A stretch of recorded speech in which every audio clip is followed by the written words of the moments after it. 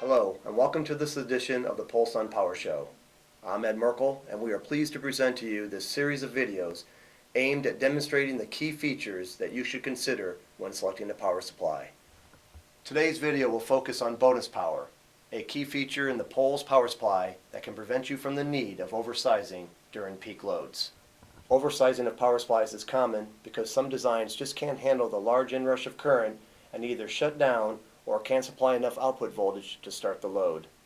The Pulse Q-Series Dimension Products has a smart firmware controlled overload design called Bonus Power, which manages the output current. Bonus Power can deliver up to 50% extra current with no change in the output voltage, which provides more than enough power to start those heavy loads with no problems. Let's take a look at the output curve for the Pulse 5 amp Dimension product. On the startup of a heavy load, such as a motor or any other inductive or capacitive load, the power supply can deliver an additional 50% current while still providing 24 volts DC.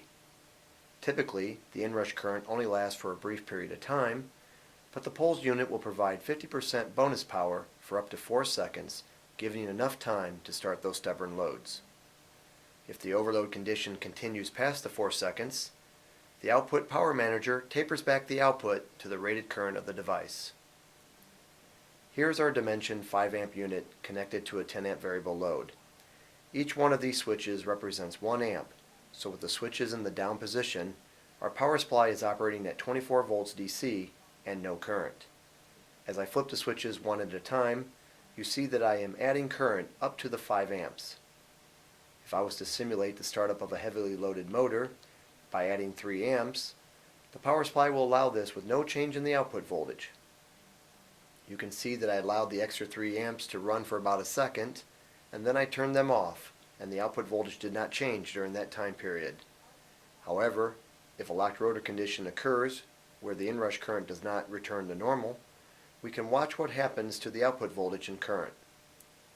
After 4 seconds, the power manager tapered back the output voltage and current, and the overload light turned on, but once the overload condition is eliminated, the power supply returns to normal operating conditions. The power supply also responds well to a pulsed load, where the unit has to deliver extra current based on a specific duty cycle, such as a solenoid valve turning on and off during a manufacturing process. If we set the power supply to 4 amps and introduce an extra 2 amps for approximately 1 second on and then off for 2 seconds, and we repeat this process, you will see that the power supply handles the situation without going into overload mode. But if the duty cycle is too great, the unit responds with an overload condition. See each specific datasheet for information on calculating the duty cycle for your application.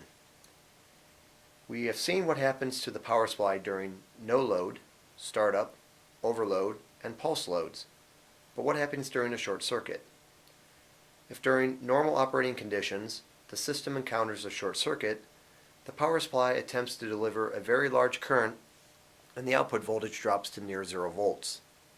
But after 4 seconds, the current is tapered back to near rated current. Once the fault is cleared, the power supply resumes to normal operating conditions. The advantages of bonus power are that 50% extra current is available for 4 seconds and is available across the entire temperature range. In certain applications, a smaller power supply can be used because oversizing is not required, and with the output power manager, safety is provided for the load and circuit conductors. Thank you for joining us. If you have any additional questions, please call us or refer to our website where we have additional information on our products and applications. All of us at Pulse thank you for joining us today, and we look forward to seeing you on our next edition of Pulse on Power.